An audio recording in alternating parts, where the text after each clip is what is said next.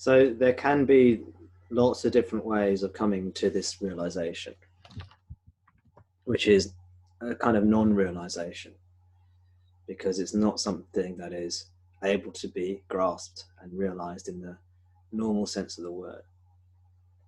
It's a lack of seeking. It's strange to call a lack of seeking a realization. It's a lack of needing to know. It's the lack of needing a certain experience. The needing to know, or the needing a certain experience. That's the search for knowledge or the search for experience. Those two things are called seeking. They are all activities of the me, the apparent separate me. The me that thinks it's separate, that is actually just an empty arising, but is felt to be real and solid, even though it's just an empty arising, like a cloud floating through the sky. It's just an ephemeral thing, it's transient, it has no solidity to it. It has no definite form or shape, me.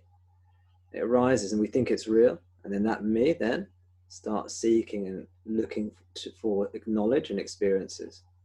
Remember the two things the me is looking for. If you remember nothing else from this, then me is looking for knowledge and experience, one or the other or both.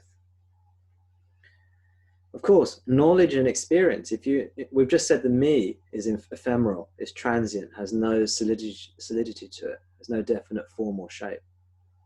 You can't really find it anywhere. When the me is looking for something that also has those characteristics, is looking for an experience or knowledge. Now both of those are also transient, ephemeral, with no essential reality to it, no definite intrinsic self to them. So they are also empty. So you've got an empty entity, the me, searching for fulfillment in empty entities, empty phenomena.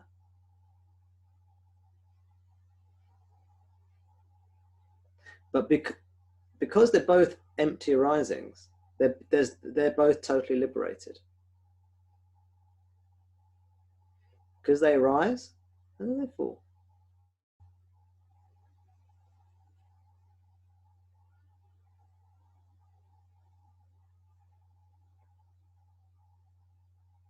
Now there are many different paths to this. Or we could say there are many different apparent paths to this, because the paths to this are also empty arisings. But the mind sometimes goes through these paths, and we can see trends, we can see patterns in the way the mind seeks and the way the seeking falls away in the mind. And these patterns are called paths. Some minds go through the path of love initially. Some go through the path of knowledge, path of insight. Some go through the path of meditation. And maybe there's a different way as well. But these are all for the mind, because the mind is scared and worried. It thinks it's separate. And it thinks that if it lets go of the reins, if it lets go of the steering wheel, it thinks something's going to go horribly wrong. Because it thinks it's important. It's needed to control everything. So there's a process of letting go. Of the me letting go of itself. And unraveling, like a ball of wool or a ball of string. You unravel, it unravels, and there's nothing there. Because that's the nature of the me. That's the nature of the ego, is another word I use for the me. That's the nature of the ego, is that it's empty. So it unravels itself, or it's seen through, and then it's realized, oh, it's just there. It's just like a false thing, or it's a ephemeral thing. It's like a mirage or an illusion. It's there, but it's not real. It's like a reflection in the mirror. It's there, but it's not real. It's virtual. Well, that's a good word, virtual. We can use that. when I studied physics when I was younger, we were taught that when you see a reflection in the mirror, we used to call that a virtual image. You know, if you look at yourself in the mirror, it looks just like a real world there. But the term in physics for that image is a virtual image. It's not real. It's an appearance. And that's like everything we're seeing. It's a virtual image. There's no substance there. It's made, the virtual image in a mirror is just made of light. And same with what our entire life. We can say it's made of light. We can qualify that by calling it a light of awareness, the light of consciousness. But we only do that because the mind is thinking in terms of a me being a conscious entity, consciousness being something created by the brain. So we can use that term consciousness to help the me understand this. So all the paths are just a way of helping this me let go of itself and unravel into nothingness or emptiness. So for some minds or me's or egos to unravel, they need the idea of a self, a solid self, or a Brahman, or an awareness, or a consciousness. So we give that teaching. It allows the me to let go and still feel secure. You see? And then you can let go, you feel secure because the self is there. And then the idea of the self is also let go of. Or you can have an idea of God. God's going to be there for you, helps you let go. You see? And then you let go, and then you don't even need the idea of a God there anymore either. That's why there's so many different expressions of this. All the teachings are there to remove the ego. When the ego is removed, in the Vedic teachings, that's called silence. It's the absence of the notion of a me. But even when there is the presence of the notion of the me, that notion of the me itself is empty. It's just an empty phenomena arising. So whatever's arising is just an empty phenomena. It is like a virtual image. We can call it an appearance to keep the language jargon free. I usually try and use simple language, not too many technical terms. Yes, everything's like a virtual reality.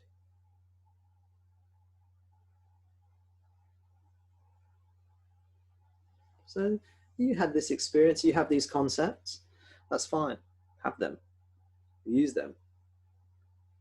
You feel there's this sense of well-being, or you're almost hinting at the self or the awareness, the consciousness that's always there, that presence which is always there.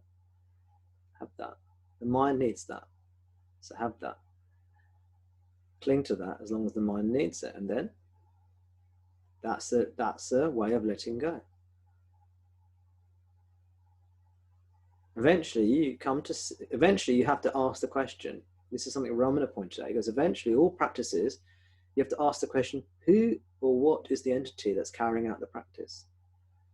So you were talking about how this sense of well-being that you know about is there even when it's forgotten. This is the kind of stuff you're saying. But who is doing all that? Who is looking at all that stuff? Who is thinking about all this? Who's trying to figure their way out through all this? That entity is empty. It's just an arising. It's an appearance. It has no clear form. No. Who are you? What you take yourself to be, there's no clear shape, there's no clear form. It changes. So at that stage of the teaching, we say there is no me. The me is unreal. It's all an illusion. You see, we're making a definitive statement as if we know. And then that mind can latch onto that teaching and say, oh, okay.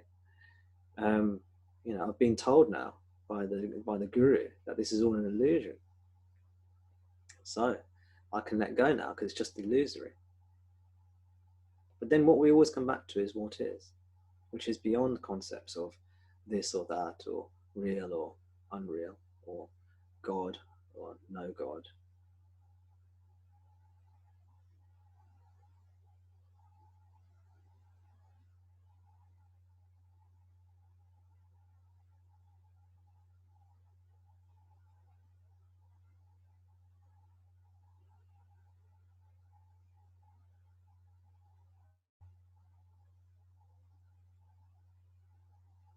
So you're trying to figure this out, you're trying to figure that out.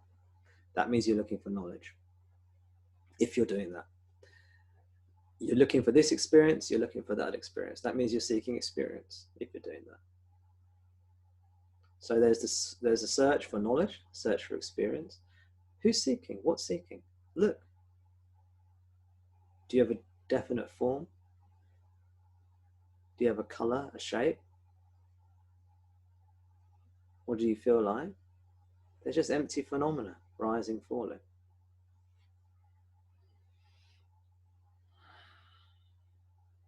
For most, without a sense of devotion and love, the ego will not be able to let go because it's too scared.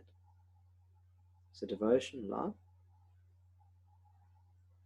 and a teacher are usually incredibly important because it gives the mind faith. And faith is a very powerful tool. It cuts through decades and decades of logical reasoning, of trying to figure this out logically, can just be shortcut through faith. Not why we do this.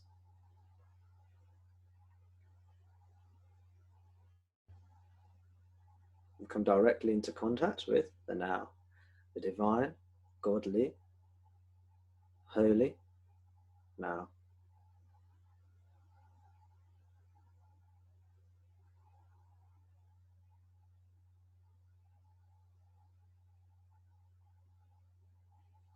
No need to fight with whatever's happening. Whatever's happening is whatever's happening. No need to worry. The body will come and then the body will go. That's the nature of bodies. So the teaching is to let go of this addiction or over concern about the body mind.